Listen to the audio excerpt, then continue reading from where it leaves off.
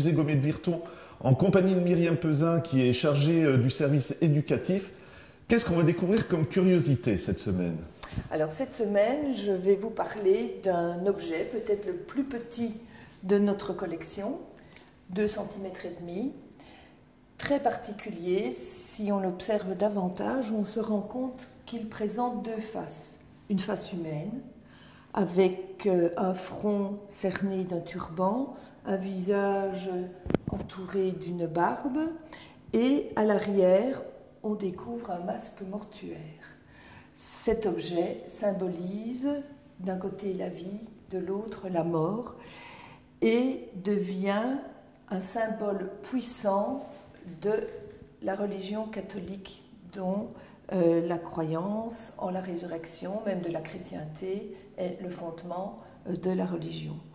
En fait, c'est un grain de chapelet, ce qu'on appelle un paternoster, un grain de paternoster, le grain de chapelet sur lequel on va réciter un Notre Père. Donc on sait anciennement les chapelets constitués d'une dizaine de grains pour réciter le Je vous salue Marie, ponctués d'un grain isolé qui est celui du Notre Père. Alors celui-ci, on le découvre dès l'entrée du chapelet.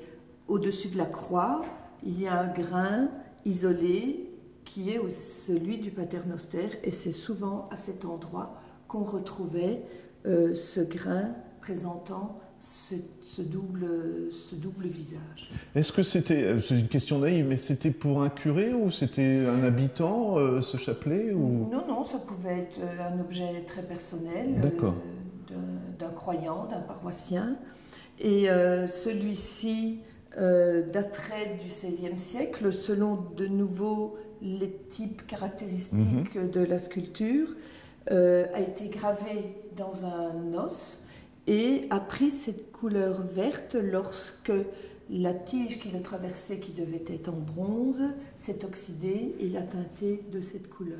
Est-ce qu'on peut parler de notion artistique ou c'est vraiment quelque chose d'utilitaire? Il y a des traits artistiques qui permettent de le dater. Donc en ça, c'est assez intéressant.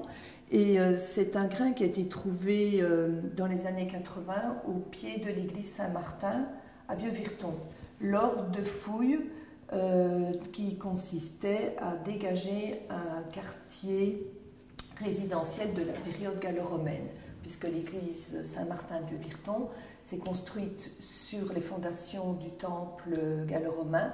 On est en plein cœur d'un vicus gallo-romain qui était Vertunum, et ce grain s'est trouvé sur le chemin et est devenu le symbole du musée Gommet. Si c'est un puissant symbole religieux, il devient ce qu'on appelle aujourd'hui le logo, une marque de reconnaissance du musée Gommet. Et en ce sens, on le fait parler à travers un dessin épuré qui, quand on lui fait face, montre d'un côté la mort, sur le côté droit la vie, et on suit le regard pour regarder vers l'avenir. On fait dire, et c'est un lieu commun pour tous les musées, que le musée est un lieu où l'on conserve les témoins du passé pour vivre le présent et préparer l'avenir. Mais au-delà de ça, puisqu'on parle de résurrection, le musée est un lieu de vie, puisque devant chaque objet, il y a une relation qui se crée entre le visiteur et l'objet. Tout simplement parce que derrière chaque objet se cache une main.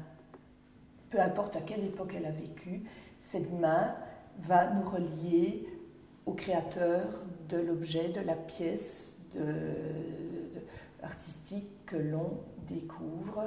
Et le temps de cette observation, il y a réellement un moment de vie qui se crée. Donc le musée n'est pas un lieu poussiéreux où on ne parle que du passé.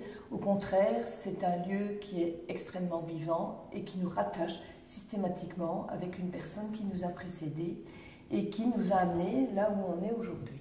Vous nous avez expliqué où se trouvait ce grain dans le chapelet, mais on a vraiment, on va avoir la preuve en image, on va dire tout simplement. Je vous laisse nous expliquer. Il y a un chapelet exposé, tout simplement. Oui, il y a un chapelet, un objet, un support de prière tout à fait modeste qui était couramment enfoui au fond d'une poche, dans un sac, et systématiquement, quand on le touche, on prie. Et ce chapelet est constitué de dizaines de grains pour réciter son Je vous salue Marie, et vous voyez qu'entre chaque série de grains, on découvre un grain isolé qui ponctue cette série de Je vous salue Marie. C'est le support du Notre Père.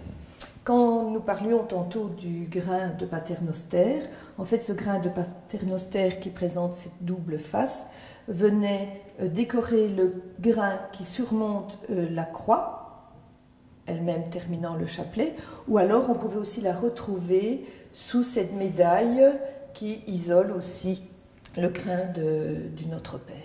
C'est une pièce unique, j'imagine, non? C'était pas industriel quand on crée les grains comme ceci. Celle-ci est une pièce unique, mais oui. Ces grains de Paternoster sculptés se sont réalisés au cours des temps et sont chaque fois témoins de leur époque à travers la stylistique qui montre, qui décore leur sculpture.